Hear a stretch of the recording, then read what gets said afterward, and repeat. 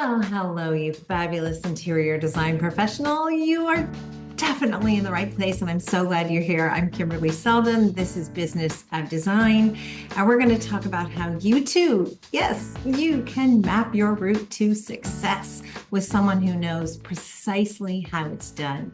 Brenda Brix is a project whisperer, a business builder, and she's a real mentor. She runs a firm called AMR Design, and she knows how to turn chaos into profit.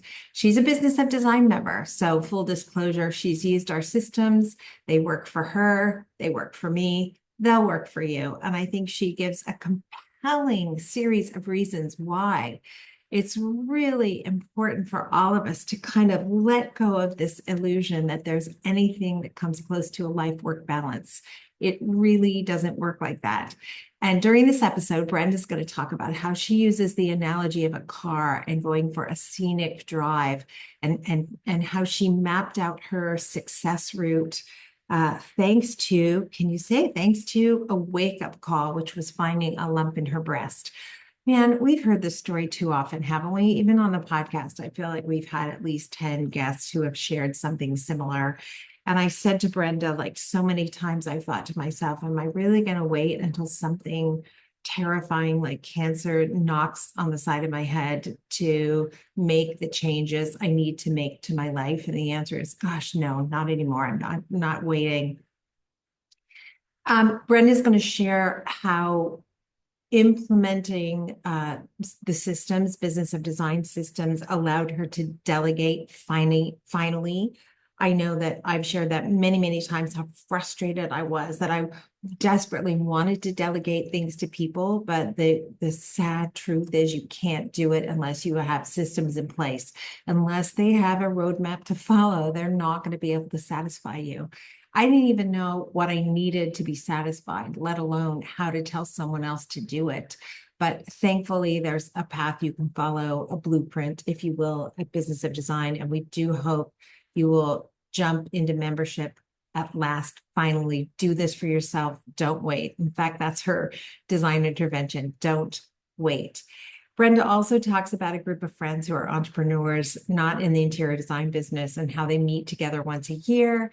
And they talk about their business plan, and they end by calendaring what's going to be ahead for them in the year. And I said when I was talking to her that sounds a lot like some of what's happening at the Business of Design retreat. But we're going more in depth than that this year. We are actually going to give you the opportunity to submit to us your profit and loss statement. We'll analyze it, and we're going to come back to you with how you're going to set it up for future success.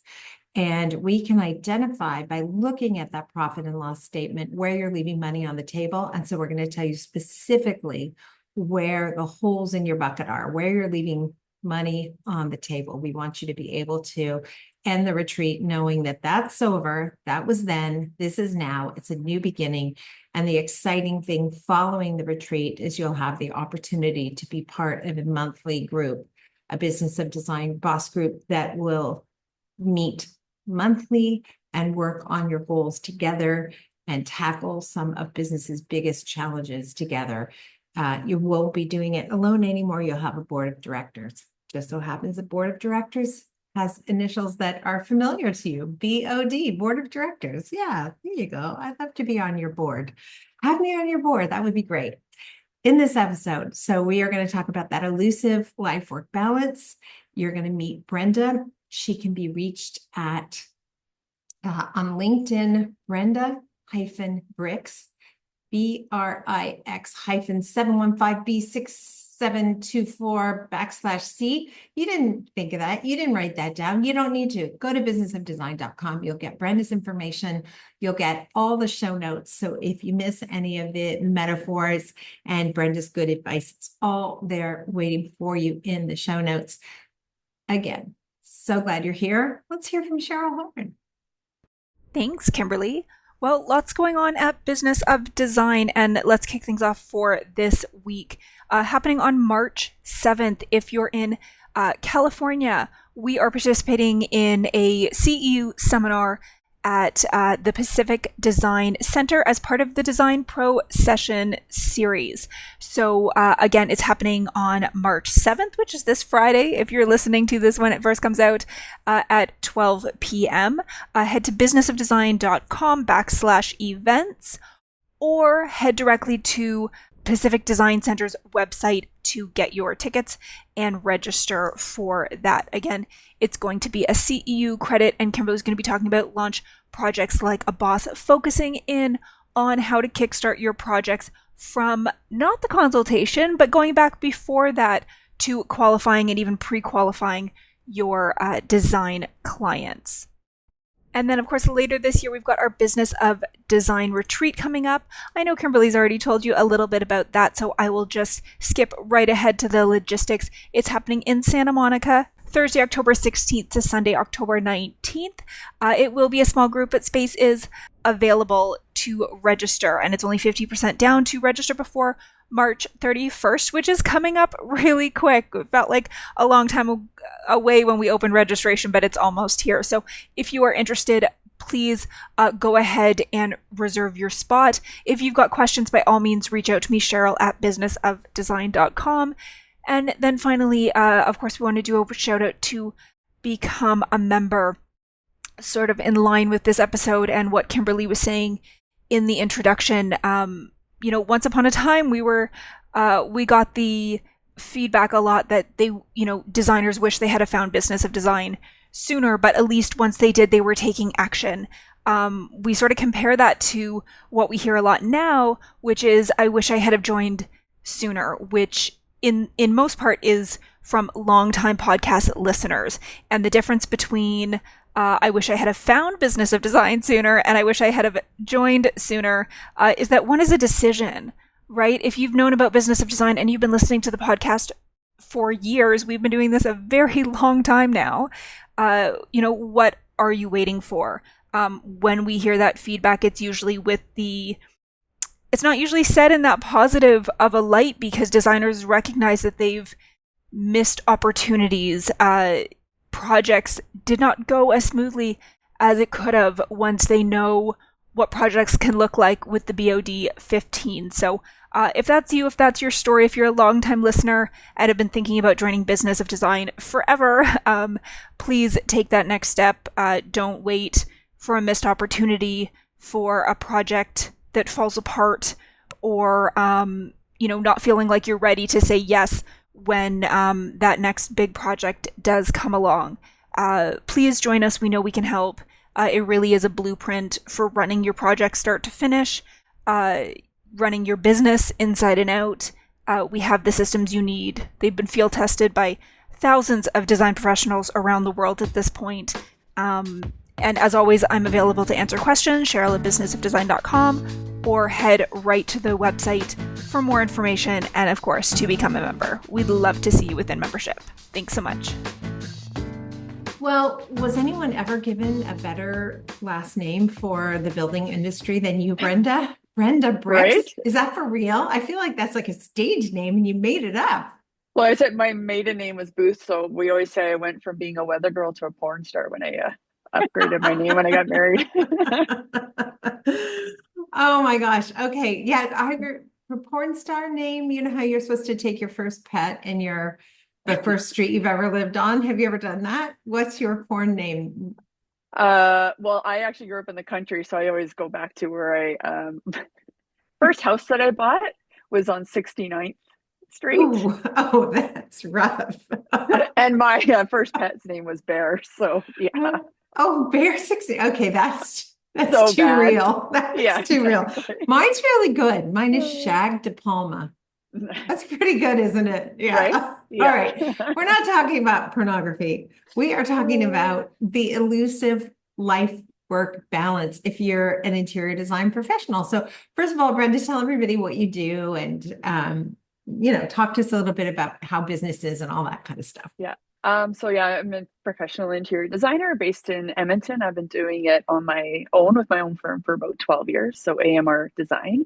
AMR is actually my kids' initials. So it means something to me without anybody else having to tie it to my name. Lovely. And I And just was yeah, talking to Lori Lizier, who said she often recommends that people don't use their full name if they're going to launch a business because it makes it right. perhaps just one step more difficult if you want to sell it down the road. So AMR is perfect. Exactly. And then I also, in our firm, we have other interior designers, so they can take lead without it Mhm. being necessarily tied to people expecting me, Right. yeah, to show up as well, right? So, but yeah, like I said, so we concentrate mostly on residential renovations. So, doing the full renovation, full furniture package, everything to do with that. And And I still love it. and you still love it. You love it. Do you love it Yeah. more now that you have systems to run your I business? completely. I Yeah. really was burning out about 5 years ago, like ready to just quit it all. And having Is a there process is, really changed it.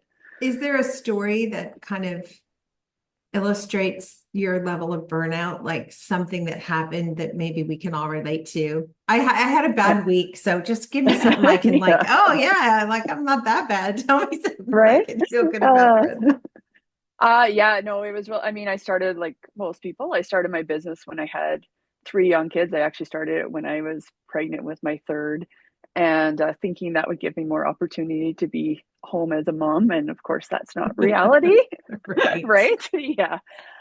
So I did, and the business took off like crazy right from the get go.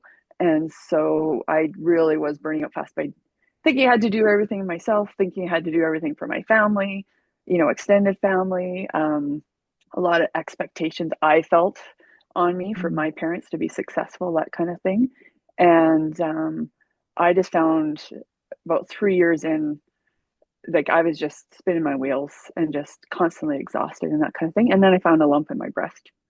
And so Um, my girlfriend saved my life in many ways. I think she sent me to Canmore, my happy place, for a weekend, paid for me, and just said, "I'll take the kids. You just need to go and figure out what you really want out of this and how you really want to move forward." oh, Right? what an So amazing gift. What a yeah, great it was idea. right, and it just gave me that mental space to really figure out, like, what did I really want out of this business. So backstory, my husband was also dealing with extreme depression at the time, and he was spiraling as well, so it was just a mess, right? Yeah. But that on that weekend I really did sit down and what are my values, what are my intention, what do I want out of this. And it was actually on the drive home that I thought a lot about life work balance. And on the drive home I was just like, instead of life work balance being a teeter totter, because everybody thinks of it that way and you have to be perfect, and it's bullshit. Mhm. Like 50-50 is never achievable. And I was just on this beautiful road coming home from Canmore in the fall, and I was just like, this is what I want out of life, right? And so it really started making me think about it more as a car analogy, where it's like, you have the four wheels of the car supporting you as the driver on this road. And so instead of it being perfect 50-50, it's like you can meander down this beautiful road and enjoy and take your foot off the gas a little bit too, and enjoy that journey overall. So I always think of it as like the driver's side is your personal life, your ambition, your health, sorry, your personal life and your health. And then the other side is actually your ambition and your career. And sometimes you steer more towards that career and your ambition. Sometimes you have to steer more towards your personal life and your health. So for me at that time, it was, of course, more about my health, right? Mhm. That I really had to take time and slow down and figure out what was important. Luckily, that time the biopsy came back, it was benign, but it really was a wake up call that things had to change. And that's actually Mhm. when I signed up with you guys and started really looking at it as a business and putting some processes in place and that kind of thing, right? So, and I mean, when you've already been going for a while, it is a lot of work um, to kind Yeah. of backtrack and get those processes in It's place. it's almost But worse, it's worse. right? Yeah, It's I like when think we so. get Yeah. someone new who's like, I'm just starting out. Do you think I should do business of design? We're like, yes. Oh my gosh, you'll save yourself so much Have grief. so much. Exactly. Yeah. I love the analogy of the car. A lot of us are Mm-hmm. visual people, and I can totally picture that. And you're right. This idea that it's ever going to be a balance is ridiculous. It can't happen. Mm-hmm. Do you think that finding a lump in your breast also made you aware that you just didn't have unlimited time Completely, right? right? Like Yeah, that's how I felt when I was in my early 30s in this business. Oh, I can raise my rates later. I can fix this right. later. I can do this better later. I can take Yeah, that course later. And a decade goes by, now you're 40 and you're sort of, I would think that finding a lump in my breast would be A, terrifying, and B, just a fast track to morality. Just this is yeah, what not is going to be really forever. important is not going to be forever. And also, like, why wait? Why wouldn't I make my life better now Right. when I have the opportunity, right? So, Well, it's hard. You said it. It's hmm hard. We get a lot of people who kind of sign up and they take a couple courses and they say, yeah, I know I need to do this. I'm not quite ready to do it. So hmm I'll be back, hmm and they yeah, do come back.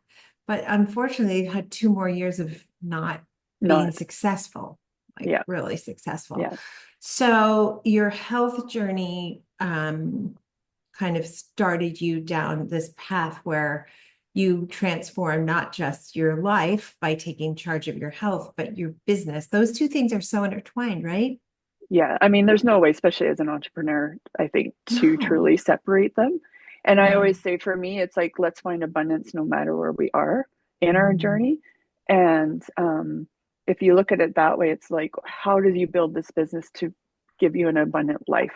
Not how do you, you know, work your life to build a good business. It should yeah. be the How do other you way around. how do you spend an abundance of time to get mediocre results? That was That's that totally was my right. first decade in business.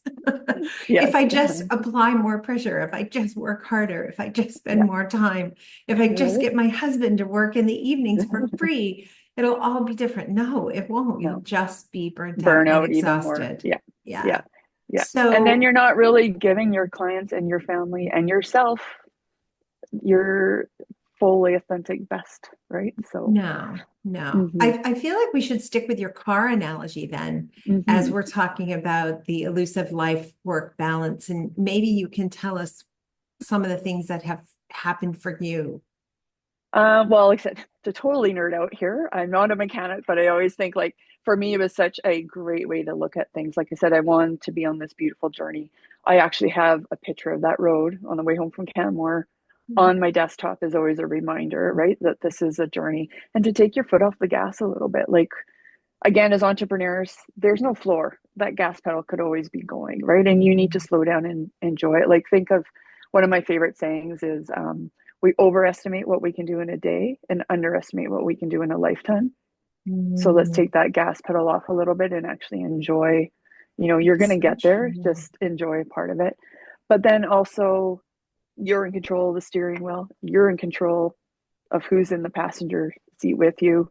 Like you really do have control of this, but you also have to stop for maintenance once in a while, right? Like you really do need to, you know, do the courses, do some retreats, do some business planning, plan your personal time. Like just really think about that maintenance and that you do need to stop once in a while. And then I always say, when you think of a car, it's not just you as the driver. The car has a lot of mechanics and all of that. So that really is your process. And again, if you delegate or you build a team, those are the people that are helping you maintain that car and keeping that car going and keeping that journey with you. It's not going to be you doing everything to keep that car running. Right. Like there's so much involved that we don't even necessarily have to know how it runs, but there's somebody else who knows how to do it better than you. Mhm. Um, and so when you think about that and all the pieces that go into it, I found it was a lot easier to delegate things because that's the other thing, when we start in this business, we want perfection. I think as Oh designers, we're gosh. all about perfection and going down that rabbit hole. And you can't do that 100% of the time, and so it's harder to delegate to somebody because they can never do it as good as you in your mind, Mm. right? But then when I really started looking at like even just the day-to-day tasks that we do, um, and what did I actually enjoy doing and what did I not enjoy doing? Well, if I don't enjoy doing at it, I probably suck at it, right? So why wouldn't you bring in somebody True. who's better at it than you, who Yeah. probably knows how to do it quicker and more effective, Yeah. right? And just let them do it better for I you and take it off your plate. I had so many barriers to being able to delegate though, because I didn't actually know how to do most of the things in my business efficiently or effectively Mm-hmm. myself. And so my solution, and I think a lot of people will relate to this, is I'm going to hire someone who knows how to fix my business. Well, good luck. Good luck with Yeah. that, right? If Yeah. you hire a junior designer, a senior designer, somebody who knows how to draw, an office manager, they don't know how to run your business. They just No. don't. Yeah. And the sooner I could begin to establish systems and protocols and boundaries, the sooner I was able to delegate. Because Mm-hmm. now I had this, I mean, they're like jump on the bandwagon here with the metaphor. I had a roadmap, right? Yeah, Here are the exactly. directions to Exactly. get to where I need you to go. I just Yeah. need you to follow directions now. And it's Yeah. so much easier to tell someone, do these 5 steps and you'll get the result I need versus, I don't know, just get it done. Make it happen. Just, Yeah. just make it happen, right? Like they don't know how to make it happen. You Mm-hmm. said something which reminded me. We once had at one of our conferences, one of the hosts of Shark Tank. I can't think of his name. I'm totally blanking on his name. It wasn't Kevin O'Leary. Do remember he said Kevin O'Leary was a bit of a dick, and we all laughed because that was BOD, a bit of a dick. And so we laughed at that. But his advice was if somebody could do something 80% as well as you can, let it go. Let it go. Let them do Exactly. it and Yeah. don't get in the way. And much to my surprise, that was actually the piece of advice that allowed me to start letting go of control. Mm-hmm. And much to my surprise, not only could people do it 80% as well as I did, a lot of people did it way better than I did. And I didn't Exactly. know. I didn't know I wasn't as good at it as I thought Yeah. I was, if Yeah. that makes sense. So, and that's what I was saying. Like, usually, if you don't enjoy it, somebody else who enjoys it is going to excel at it, Right? right? And they're going to find a better way to do it than how you thought it might have to Yeah. happen, right? Like that roadmap, that end goal is still there, but a lot of times they can bring something to the table as well to Yeah. actually make it more effective. So, Brenda, do you now, knowing what you know and being on the journey you've been on, do you just wait to schedule one of your pit stops for when you're just burnt out or No, exhausted? I'm guessing, judging by your laughter, I'm thinking the answers now. right? How do you stay on top of that? What do you do? Well, again, it's like scheduled maintenance, right? Like I actually, Okay. again, Canmore's my happy place. So two of my girlfriends are also entrepreneurs, and we have it in the calendar every year in September for a week. We go to Canmore, and it is pre-booked. It is a Oh, rotating thing in the oh my calendar God, there's every all these year, people listening who are like, I want to go to Kenmore. right? I want to go And to it's Kenmore. so that's our Invite business us. planning week. We hike in the morning, and then we spend the afternoons usually at Banff Springs with a glass of wine doing our business planning. So like setting our goals and all the things that have to happen. Wait a And minute, you on have a glass of wine when you're doing your business planning? I'd be all maybe a like, few. ah, I don't want. Yeah. Everything's fine. Let it ride. Good on It you is because guys. again, and I find as you're hiking, it's for me, it's a great way to Mm. not be at my desk and to actually percolate and let what worked, what didn't work. I have my AirPods in so I can just talk and Google will transcribe it for me. So I have all those notes ready to go to look at. Um, and then, like I said, we do have an agenda for our afternoon meetings, but we do all our business planning. But the last day is we actually do all of our calendar blocking for the year. Right. So in September, Oh, we're looking at January on for the following year and we're calendar blocking. Right. So personal life first, I always put that in there. I travel a lot. That's priority. If my kids like have a big tournament or something that we know of, that's in there. I do have regular health stuff now, so that's in the calendar. And then I look at, again, what worked well in the business, what didn't, and what do I need to adjust that calendar schedule that I have blocked already for business. Like Mondays are always our team meeting, so that is in there. Friday afternoons, I either go cross country skiing, hiking, or paddling. And that's when I do the planning for the coaching side. Like it is blocked off for the whole year. that's incredible. Mm-hmm. Do you check in with this posse from time to time? Do you schedule a regular time with Yeah, your we actually have a meeting tonight. We call it the witching hour, so it's like a full moon where we get together and we every month and we go through like what's working, what's not, what we're letting go of, and I what we love need it. to pivot on, right? So it's just a I kind of I like accountability session, and they're in completely different businesses, right.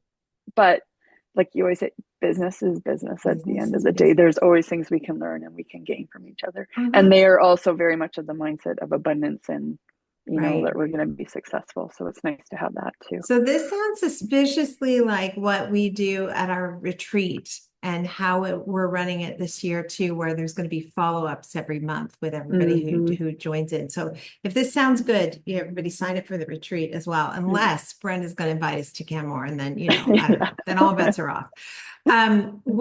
What do you do to ensure you're staying in balance throughout the year? Because there must be times I get all excited about a project, and before I realize it, my focus is completely on this project. I've dropped the Mm-hmm. ball on how I want to exercise. I've dropped the ball on dinners out with friends. I've just dropped every ball. And then Right. what do you find yourself still doing that because you're just excited about a project? Oh, completely. I mean, that's again why we go into it, right? Is Yeah. we have that and you get quite focused. But I do find even Sunday nights, I always take a look at my calendar Mm. and kind of reassess where things need to go and take a step back of I only have so much energy, so much time. So where's the best intentional that I'm going to spend that time Mhm. on things, right? So again, it's a check-in with my family as well because they set up their calendar at the same time. So we're kind of doing it together. And I find that's a great way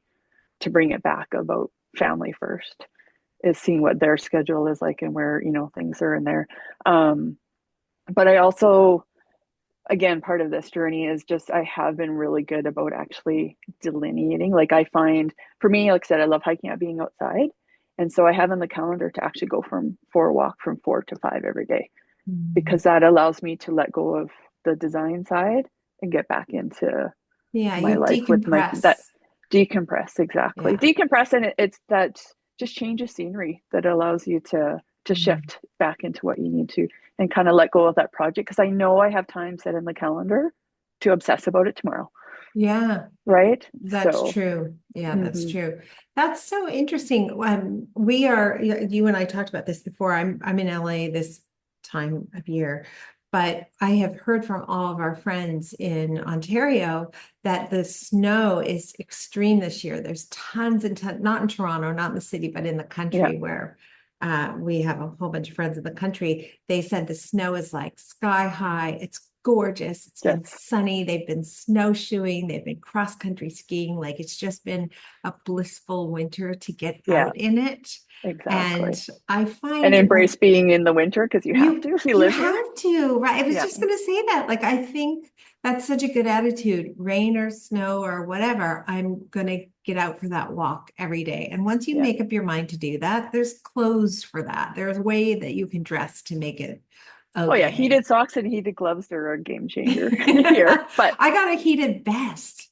So I'm yeah, like, oh for yeah, Christmas or whatever, I'm like, bring it. Yeah. right. But I Anyway, also, sorry, I say a lot of people, it's great to say change your mindset or start doing these things, but you really need to figure out a system that works for you to change the habit and get into these new habits and really follow these schedules. Like for me, I was trying to get into doing yoga every morning and I'm not an exercise person unless I'm like outside usually. So I also love pottery. So I said if I can do a month of yoga every morning, I'd buy myself a piece of pottery that I really wanted, and kind of like give myself that yep. visual cue because I found that's what works for me. Because I Yeah. think it's 8 weeks or something, you have to do something for it to become a habit. So it was just to kind of like, and now I do yoga every morning. It's been a couple of years. I don't buy myself pottery anymore, but that's what allowed me to That's actually lovely. get that habit going.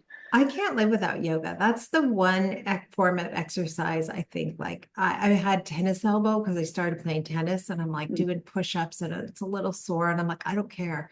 I can't. That's the one thing that I think keeps my mind and body working. going. And I Hmm. like all kinds of exercise, but that's the one I can't live without.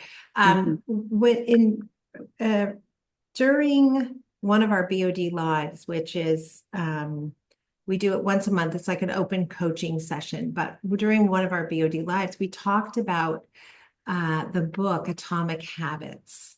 I loved that book. Did you read that book? No, it's funny actually. My oldest, she just turned 19 and she's Oh, reading it right now. And she was just telling me oh, that I should read it. So, it's so good. And they hmm. talked about bundling a habit. So if you wanted to, I don't know, let's say you wanted to get ice cream once a week with the kids, you might say you had to go for a walk to get to the ice cream. You had to walk a mile there and a mile back in order to get that ice cream. Right. Yeah. So you just bundle it with something else. And anyway, there just were like dozens of really solid ideas of how to build a habit.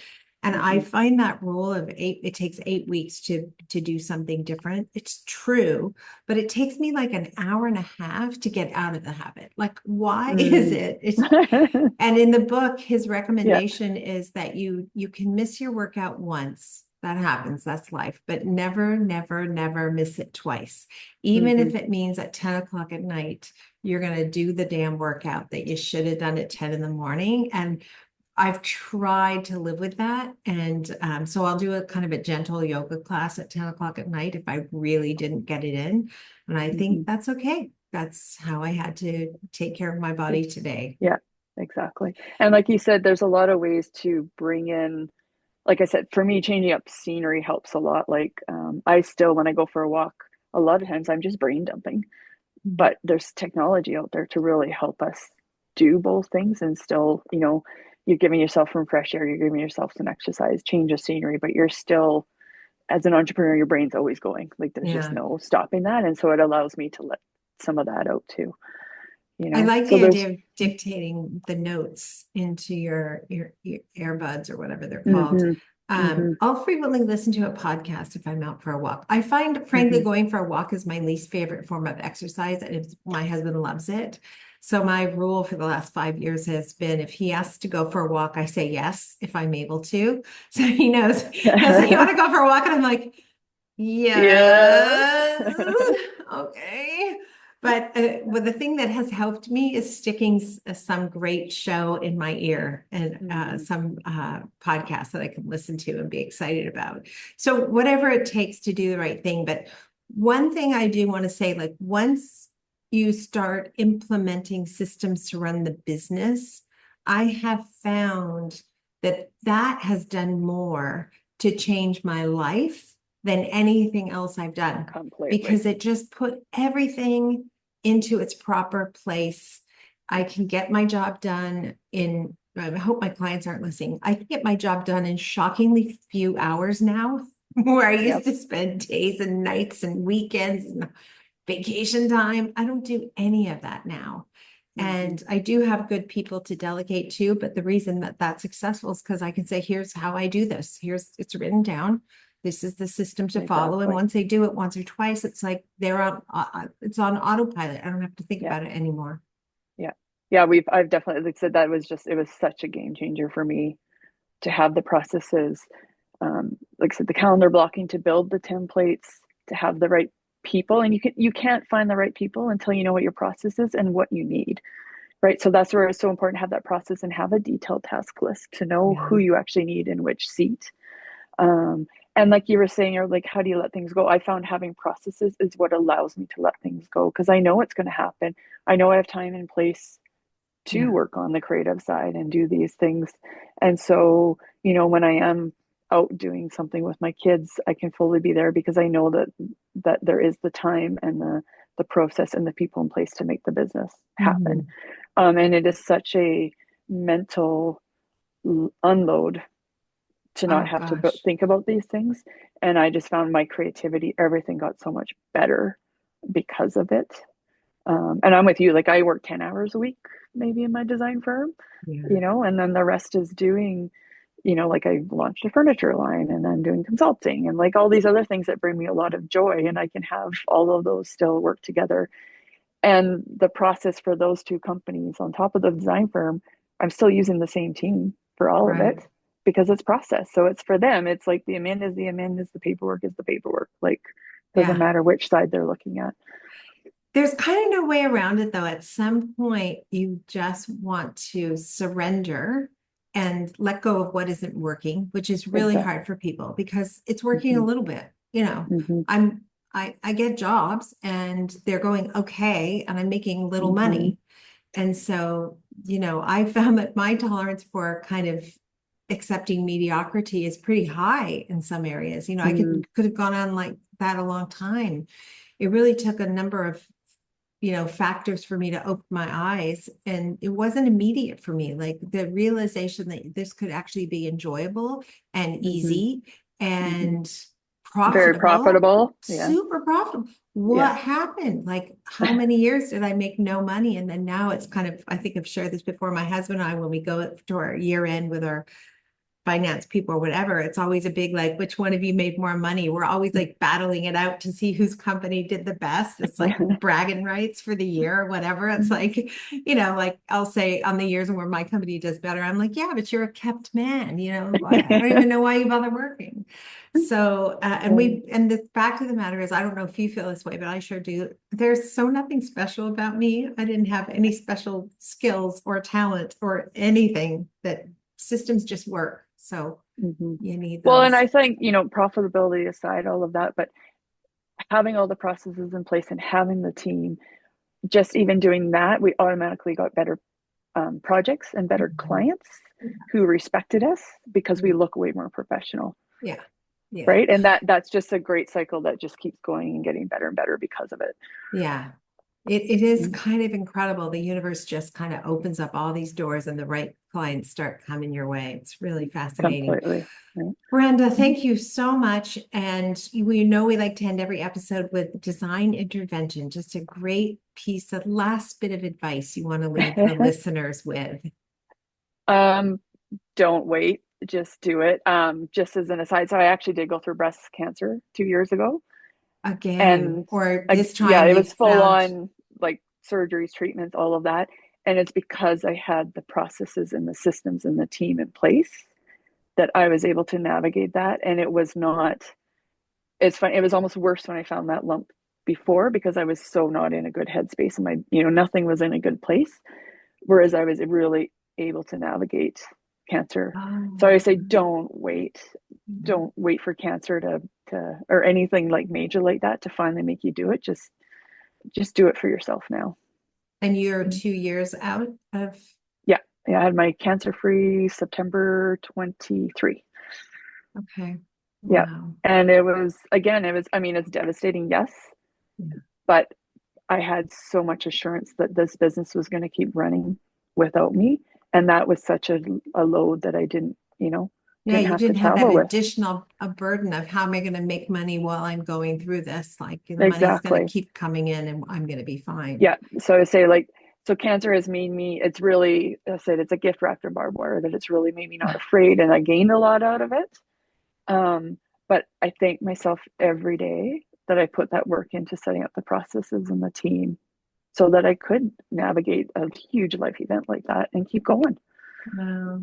When I hear a story like yours, and of course, everybody's got people in their lives who've had cancer or they've had a scare with it or whatever, I think, do I really have to get that scare before I'm willing to Exactly. accept that I'm mortal and that life is going to be barreling past as fast as I'd ever imagined it could, whether Mm-hmm. I'm ready or not. So I may as Yeah. well get ready. Yeah. Exactly. And you'll just 6 months from now, you'll be so thankful you did it. So think of that person 6 months from now and where you want to be, who you want to be. Yeah, short-term pain, long-term gain. That is the truth. Exactly. Yeah. Yeah. Well, I'm Yeah. happy you're well today. Thank you for being willing to share that story with us. Continued success, and we'll all Thank think you. of you in beautiful Canmore. Yes, thank you. And like I said, you started this journal for me, so I can't say thank you enough. Oh. Yeah.